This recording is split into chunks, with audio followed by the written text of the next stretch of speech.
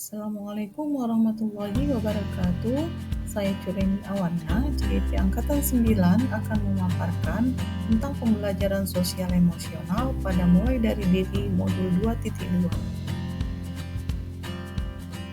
Berikut sebuah kutipan dari Ice Khadijah, di mana sebagai seorang pendidik, jadilah seperti ayah berteguh pendiriannya namun juga siap untuk menyesuaikan diri dalam menjalani proses belajar.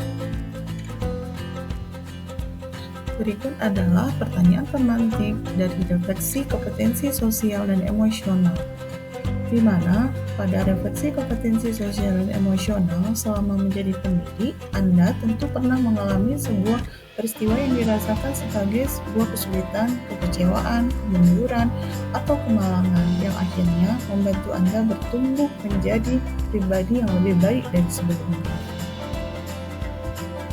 Pada pertanyaan pemantik pertama, apa kejadiannya, kapan, di mana, siapa yang terlibat, apa yang membuat Anda memilih merefleksikan peristiwa tersebut, dan bagaimana kejadiannya? Pada tahun 2019, di mana COVID-19 dan diberlakukannya pembelajaran dari rumah sesuai dengan surat edaran dari Kemdikbud nomor 3 tahun 2020 tentang pencegahan COVID-19 pada satuan pendidikan yang mana kegiatan pembelajaran dilaksanakan secara daring. Yang terlibat dalam peristiwa tersebut adalah guru dengan murid. Yang membuat saya merefleksikan peristiwa ini adalah karena pada saat itu saya merasa kesulitan untuk melaksanakan kegiatan pembelajaran secara daring, yang mana sebagian siswa masih ada yang belum memiliki HP, Android, dan terkendala pada biaya untuk membeli kuota internet, yang mana semua itu adalah sebagai salah satu alat kegiatan belajar secara daring. Sehingga sebagian siswa tidak dapat mengikuti kegiatan pembelajaran secara daring. Pada suatu waktu saya mencoba untuk menghubungi setiap murid untuk membagikan lembar tugas kegiatan pembelajaran. Karena lokasi rumah setiap murid berjauhan, maka saya hanya dapat mengunjungi 3 siswa saja dan menghabiskan waktu seharian. Kondisi ini sangat berat bagi saya karena dari proses pembelajaran yang biasanya mudah dilaksanakan dan diikuti oleh semua siswa, tapi pada saat itu semuanya jadi sulit dan menguras tenaga dan pikiran saya.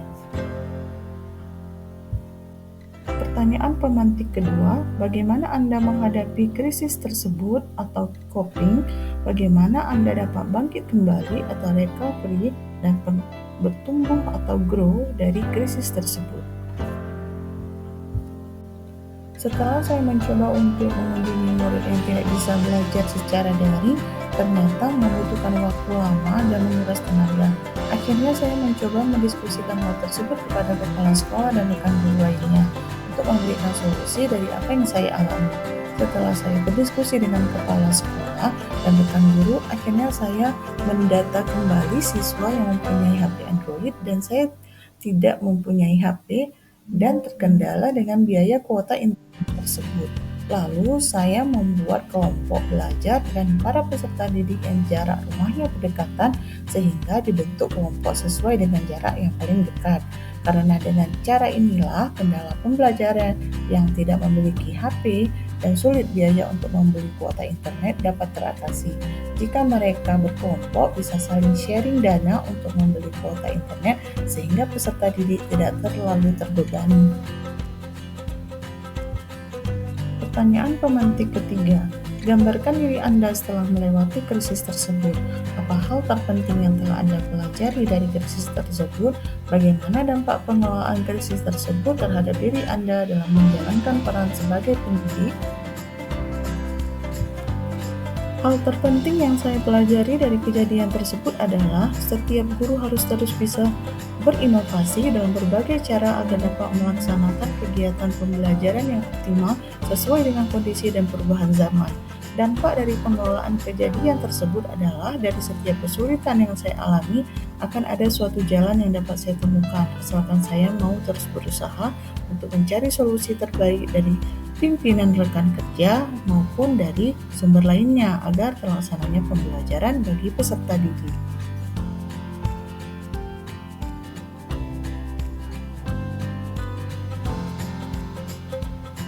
Pertanyaan pemantik keempat, sebagai pendidik, Anda tentu pernah bertemu murid yang memiliki pemahaman diri, ketangguhan, atau kemampuan membangun hubungan yang positif dengan orang lain. Setujukah Anda bahwa faktor-faktor tersebut membantu ia menjalani proses pembelajaran dengan lebih optimal di sekolah? Jelaskan jawaban Anda dengan bukti atau contoh yang mendukung.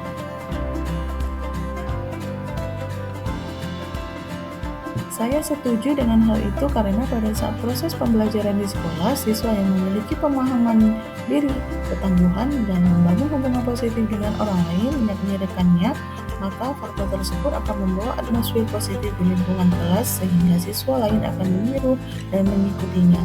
Salah satu contohnya, pada saat diskusi kelompok, maka siswa tersebut akan lebih dominan dalam hal positif untuk membantu rekan siswa lainnya dalam hasil diskusi kelompoknya dan dia bisa menjadi tutor sebaya bagi rekannya di kelas.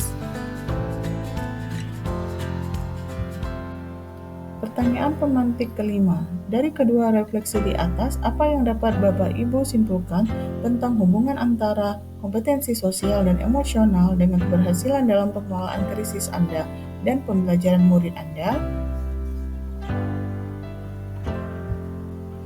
Pembelajaran sosial emosional adalah sebuah proses untuk kita dapat mengembangkan keterampilan, sikap, dan nilai-nilai yang diperlukan untuk memperoleh kompetensi sosial dan emosional sebagai modal murid dalam berinteraksi dengan dirinya, orang lain, dan lingkungan sekitar. Berdasarkan kedua refleksi tersebut di atas, dapat saya simpulkan bahwa hubungan antara kompetensi sosial dan emosional sangat erat kaitannya dengan keberhasilan dalam pengelolaan suatu krisis dalam melaksanakan pembelajaran kepada peserta didik di sekolah.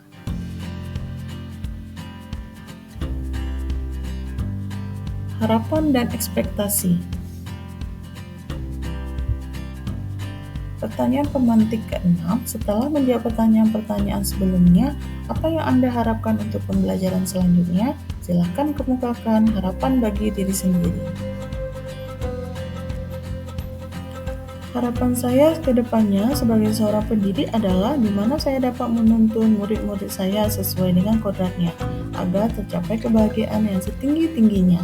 Saya akan selalu berusaha untuk menciptakan kegiatan pembelajaran yang senantiasa berpusat kepada murid, sehingga akan menjadikan mereka manusia seutuhnya yang sesuai dengan profil pelajar Pancasila dengan nilai-nilai kebajikan yang akan tumbuh pada diri setiap peserta didik nantinya. Pertanyaan pemantik ke-7. Setelah menjawab pertanyaan-pertanyaan sebelumnya, apa yang Anda harapkan untuk pembelajaran selanjutnya? Silakan kemukakan harapan bagi murid-murid Anda. Harapan saya bagi murid-murid adalah dapat terpenuhinya kebutuhan belajar mereka dengan usaha-usaha yang saya lakukan yang sesuai dengan apa yang saya pelajari dari setiap modul, seperti budaya positif, pemenuhan belajar murid, yaitu kesiapan belajar murid, minat murid, dan profil belajar murid, sehingga saya dapat melihat murid-murid saya ke depannya menjadi manusia yang berguna dan handal dalam ilmu pengetahuan. Demikianlah pemaparan mulai dari diri pada pembelajaran sosial emosional modul 2.2 kali ini. Terima kasih, salam dan bahagia Bapak Ibu Guru hebat. Assalamualaikum warahmatullahi wabarakatuh.